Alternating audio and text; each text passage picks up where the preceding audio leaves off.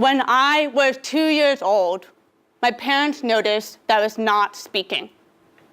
Quickly thereafter, the doctors diagnosed me as deaf.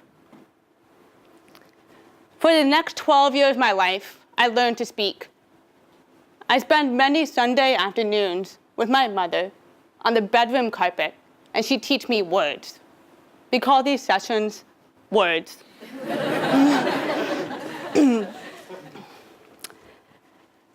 And basically, we would sit there and she would teach me words, and I would never forget the story that my mother told me about the first word I learned. It was the word up. She'd hold me in her arms, and she'd carry me up and down the stairs. And she'd say to me, Caroline, we're going up. Up we go. Up. All my mom's friends and family thought she was crazy, taking on this grand project. But I watched her say the word up. I see how she opened and closed her mouth. Up, and close with a pop. Finally, she would take my hand and she would place it on her throat, and I'd feel through the vibrations what kind of sound she was trying to make. Finally, at the age of 2.5, I said the word back to her, up. When my mom heard these words, she was so overjoyed. She cried tears of happiness. I asked her, why did you teach me to speak instead of teaching me sign language? And she said, Caroline, it's because I wanted you to connect with anyone in this world. I wanted you to introduce yourself and say hello.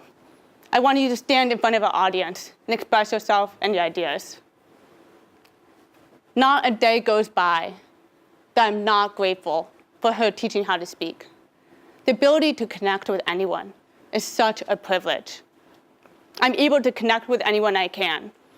And through the process of learning how to speak, I've grown to learn about the power of the word. I'm going to share a few short stories with you about the power of the word. By the time I was in 2nd grade, I had slowly but surely built up my vocabulary. However, it was a little on the simple side. So I had a plan. After school, I was going to read the dictionary. It was a little tedious, but I kept reading it. And then the next day, I go into class, and I say these very smart and complex words. And I thought I was so impressive. But the teacher would come over and say, Caroline, we don't know why you're using these words. We're very proud of you, but you're not using them correctly. I was embarrassed in the moment, and it's funny now. But when I reflect back on it, I realized, sure, I used smart and complex words, but they didn't understand what I was saying. And I have found time and time again, by using simple words, you can connect so much more powerfully with anyone. By being simple, you're not dumbing down. You're being smarter with your time and your words. Be powerful by being simple. Words allows us to connect with others, but they also allow us to imagine a future. About 2 years ago, I was skiing down the slopes of New Zealand, and I took a wrong turn and snap. I broke 3 out of 4 of my knee ligaments. It was a very serious injury, and I immediately went into surgery. As I'm exiting the fog of anesthesia, I see the surgeon staring at me with a very serious face. And she says, Caroline, that was a very serious injury. You're going to have to work very hard to walk again. And I remember in that moment thinking, I'm deaf already.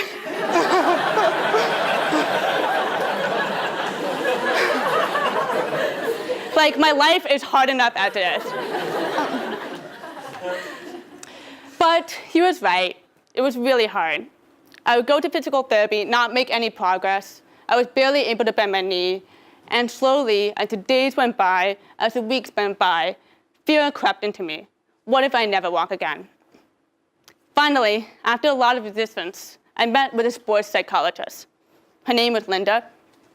And she would sit me down and she'd say, okay, let's close our eyes. Let's imagine you walking again. I'm a little bit of a skeptical person. So I'm like, what is this exercise? But she would walk me through. She'd say, okay, let's imagine you sitting and getting up. Imagine you walking. Imagine you running, feeling grass on your ankles. So I did. Every day I wake up and I imagine myself doing all these things. And what happened afterwards was amazing. I made rapid progress in my physical therapy. I started walking again. I was able to run. And everyone was amazed. They didn't understand what was happening, except me. I knew that the surgeon had healed my body with the operation, but Linda, the sports psychologist, had healed my body with words. I was able to visualize the future. She gave me a seed of a dream.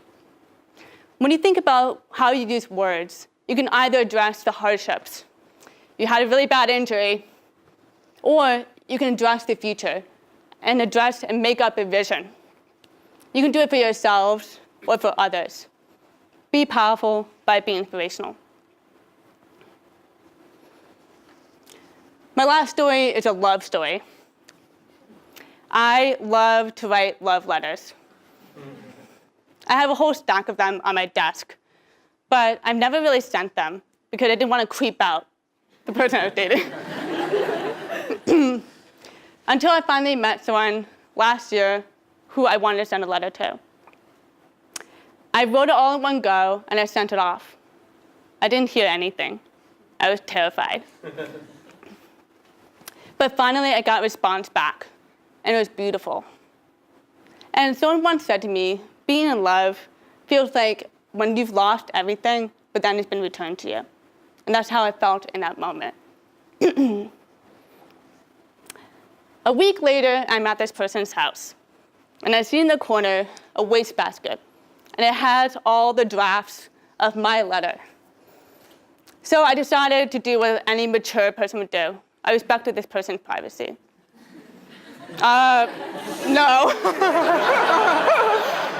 I obviously read them all. I'm embarrassed to say that, but I read them all. And I actually learned something really interesting. I'm reading through these drafts, and I noticed something strange. There were all these really tender and vulnerable words that were crossed out. But when I compared it to the final letter I received, I noticed that my final letter only had those tender and vulnerable words. And that's where the beauty of the letter came from. Be powerful by saying the lines that you want to cross out. How do you measure a life? You measure a life through words. Words are like seeds. When we say them, they float through the air. They can remain a seed, or they can grow into something beautiful. Words can distance, or they can connect. Words can harm, or they can heal. And words can transform lives, like they have done for me. All of you, as you go through this life, think about how we use the power of the word to connect, inspire, and to lift up. Thank you.